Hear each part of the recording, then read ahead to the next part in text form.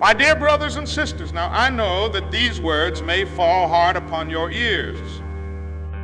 In a world that often promises instant gratification and painless progress, the notion that suffering is necessary for growth may seem archaic, even cruel. But I say to you today that it is through the crucible of suffering that we forge the strongest steel of our character, the most resilient fabric of our souls. Let us not shy away from this truth, for in embracing it we find the key to unlocking our fullest potential. The road to growth is not a smooth highway, but a rocky path filled with obstacles and challenges. It is a path that will test us, that will push us to our limits and beyond, but it is also a path that leads to the mountaintop of our aspirations, to the fulfillment of our deepest dreams. Think, if you will, of a seed planted in the earth. Does it not suffer as it breaks open, as it pushes through the soil, struggling towards the light? And yet, it is through this very struggle that it becomes a mighty oak, stretching its branches to the sky. So too must we be willing to break open, to push through the hardships that life presents us, if we are to grow into the fullness of who we are meant to be. But let me be clear, my friends.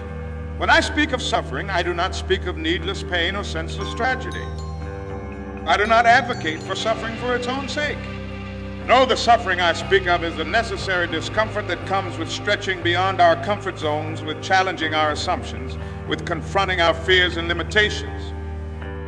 This suffering is not an end in itself, but a means to an end. The end of personal growth, of spiritual evolution, of becoming more fully human. It is the suffering of the athlete who pushes their body to new limits, the suffering of the student who wrestles with difficult concepts, the suffering of the activist who stands firm in the face of injustice.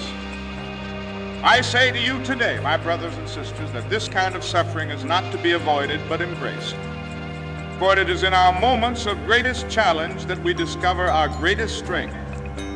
It is when we are pushed to our limits that we find we are capable of so much more than we ever imagined.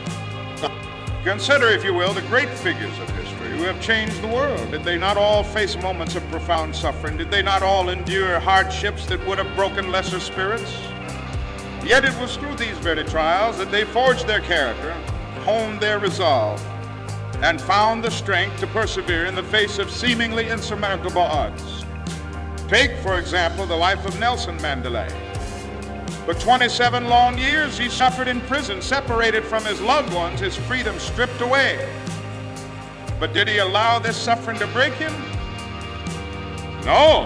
He used it as a crucible to refine his spirit, to deepen his commitment to justice and equality. When he emerged from prison, he was not a bitter man seeking revenge, but a leader filled with wisdom and compassion, ready to guide his nation towards reconciliation and healing.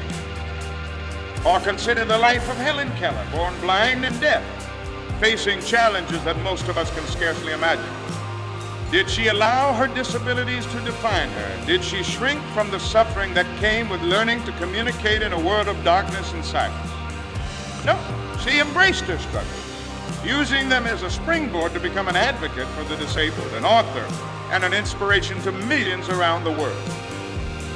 These examples, my friends, show us that suffering, when faced with courage and determination, can be transformed into a powerful force for growth and positive change.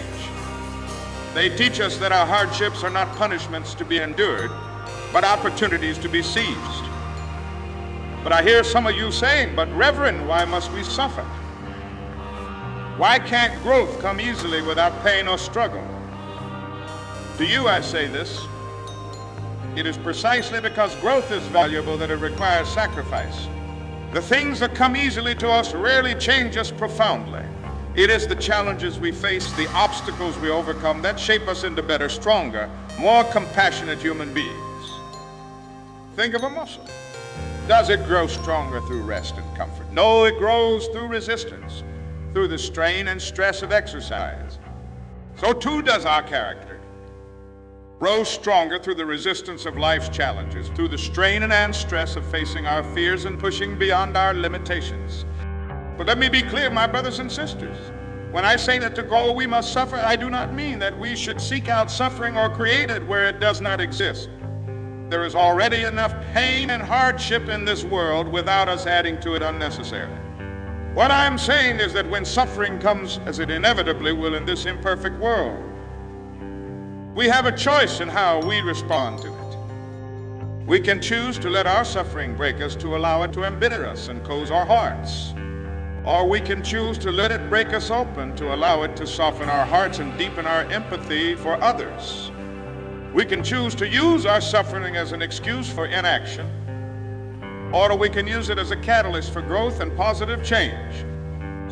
The choice, my friends, is ours. And it is a choice we must make every day. In the face of every challenge, big or small, will we shrink from the discomfort of growth, or will we lean into it, knowing that on the other side lies a version of ourselves that is stronger, wiser, and more capable of making a positive impact in the world?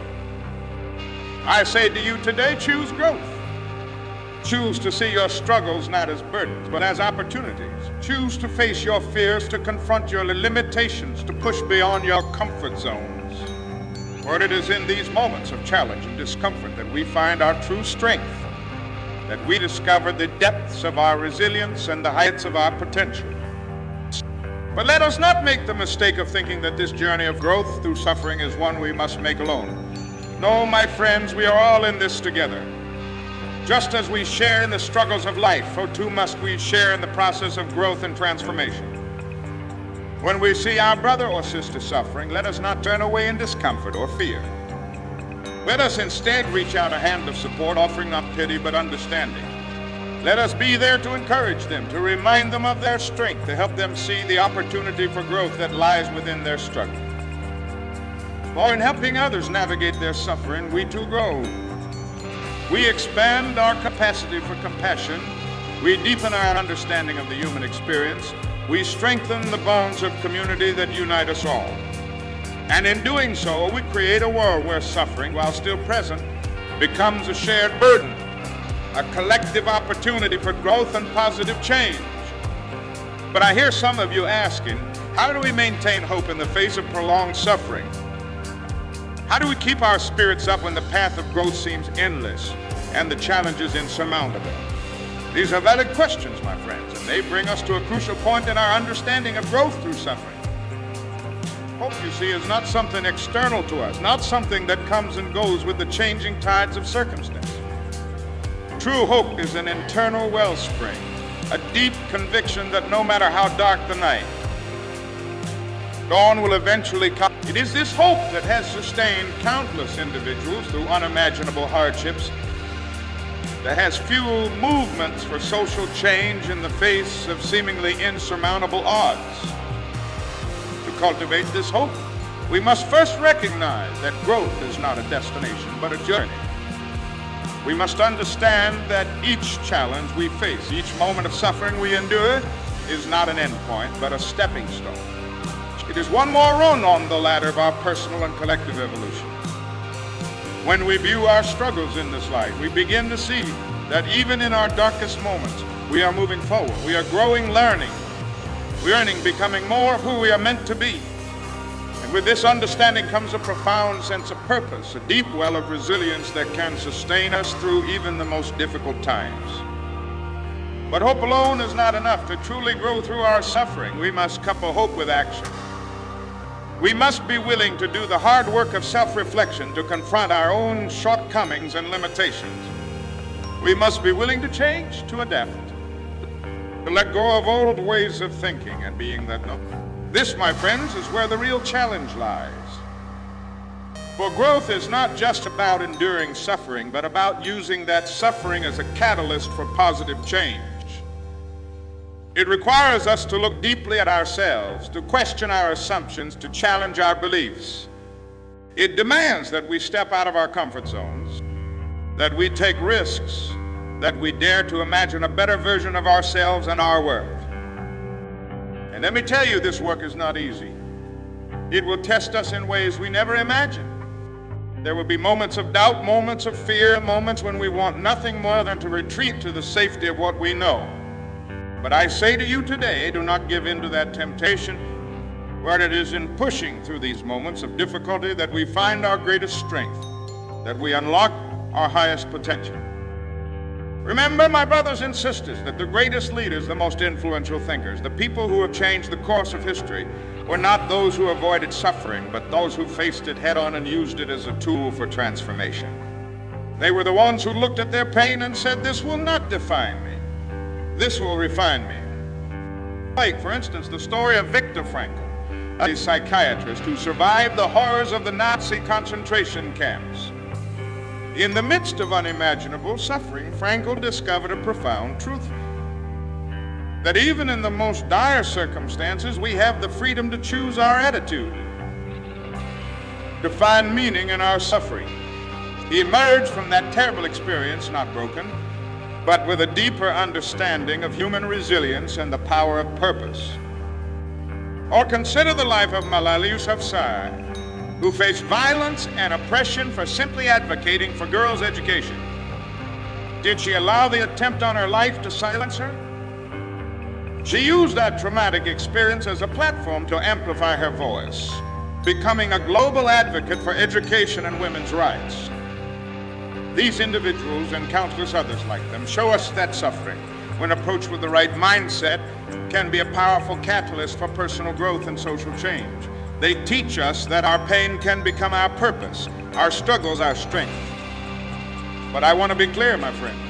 When I speak of growth through suffering, I am not glorifying pain or minimizing the very real trauma that many people face. There are forms of suffering in this world that are unjust, unnecessary, and deeply harmful. It is our moral obligation to work towards alleviating such suffering wherever we can.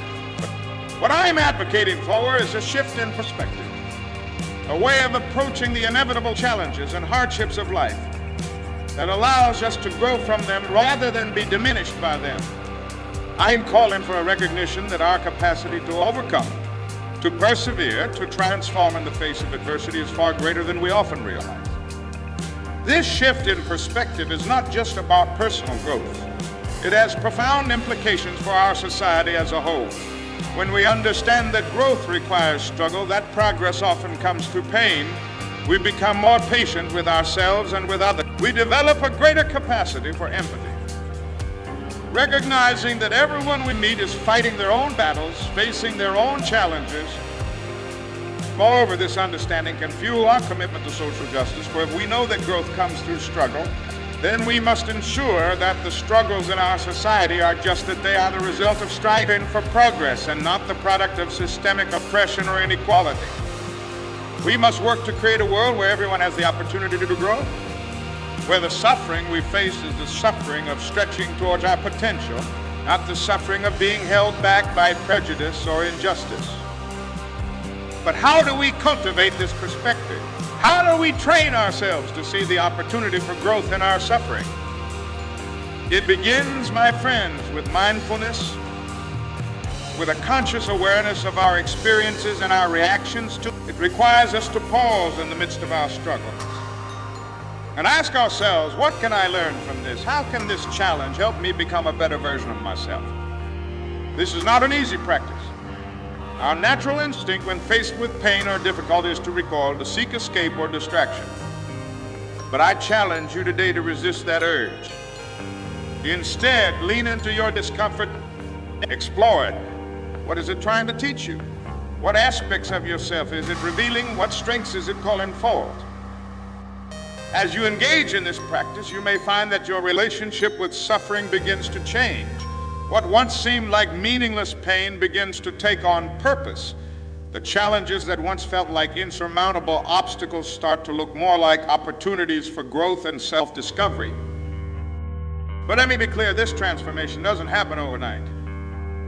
It is a process, one that requires patience, persistence, and above all, compassion. Compassion for ourselves as we stumble and struggle on this path of growth, and compassion for others as they do the same. And here, my friends, we come to a crucial point.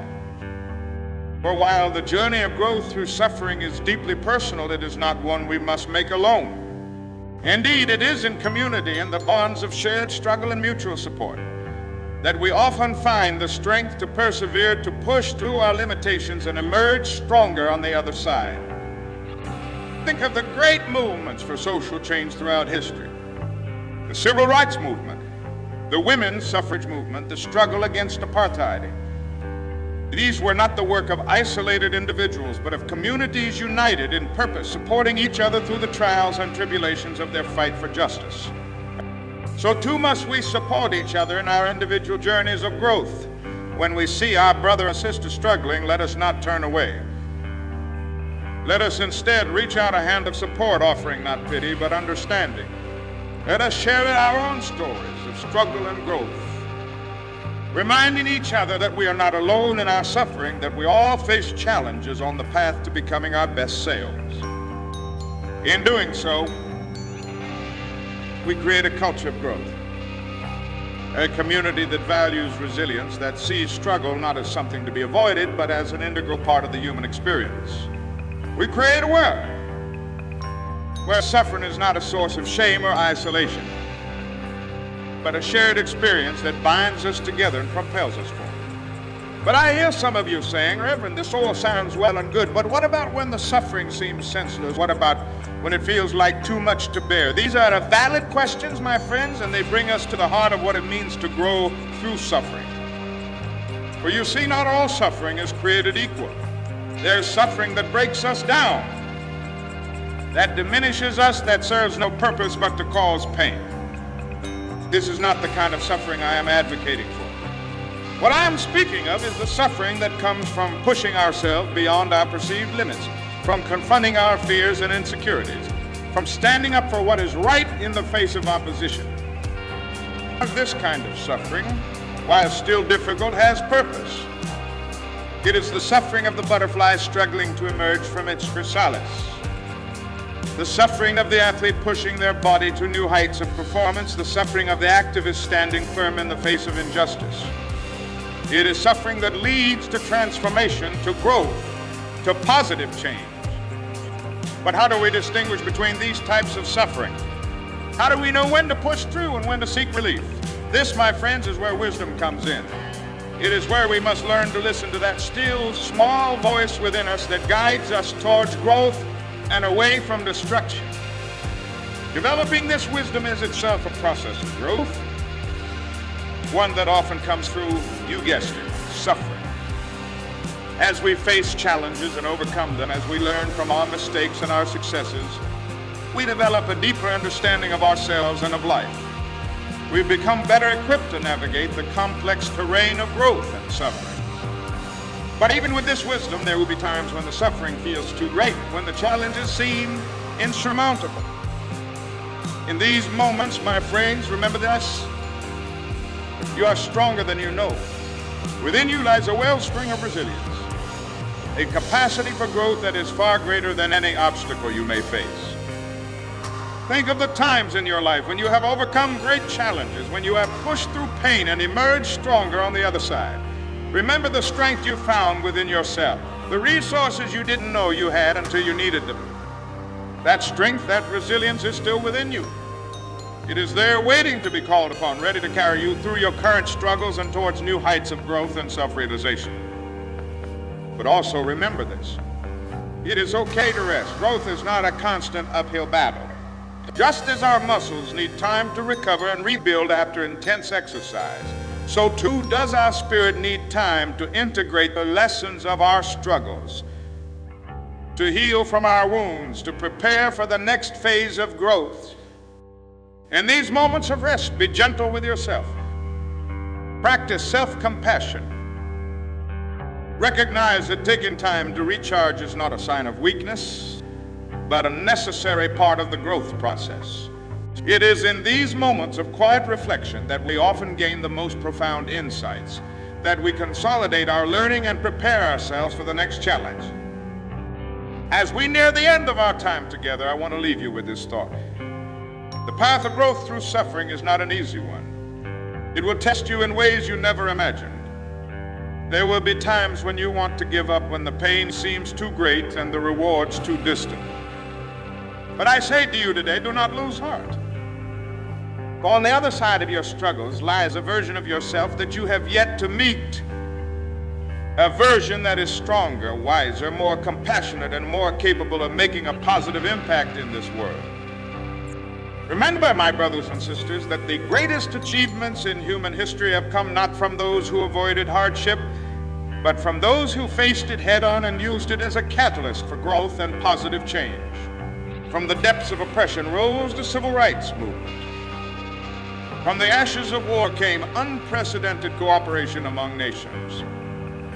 From personal tragedies have emerged some of our greatest leaders, thinkers, and innovators. So I urge you today, embrace your struggles. See them not as burdens to be endured, but as opportunities to be seized. Let your suffering break you open, not break you down. Let it be the fire that forges your character, the wind that strengthens your resolve, the water that nourishes your growth. And as you walk this path, know that you do not walk alone. We are all on this journey together, each facing our own challenges, each striving to grow and become better versions of ourselves. Let us support one another, lift each other up, and remind each other of the strength that lies within us all. For in the end, it is not the absence of suffering that defines us, but how we respond to it. It is our capacity to grow, to learn, to transform in the face of adversity that makes us truly human. This is our challenge and this is our opportunity. So let us go forth from this place with renewed determination, with the courage to face our struggles head on, and with the unwavering belief that through our suffering we can and will grow. Let us create a world where every challenge is seen as an opportunity, where every setback is a setup for a comeback, where every moment of pain is a potential for gain.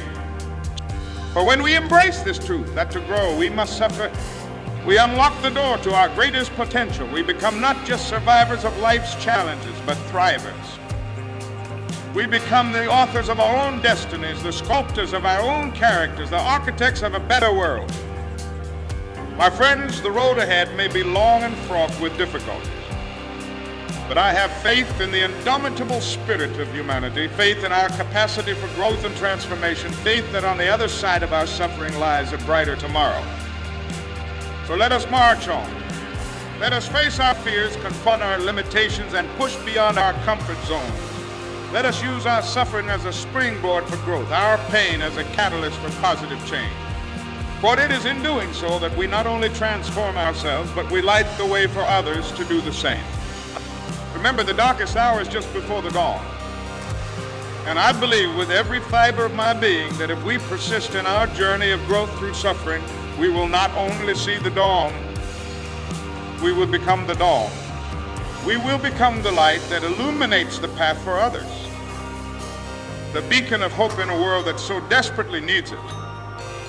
So I say to you one last time, but in that suffering lies the seed of your greatest potential. Nurture it, embrace it, and watch as you blossom into the fullness of who you were always meant to be.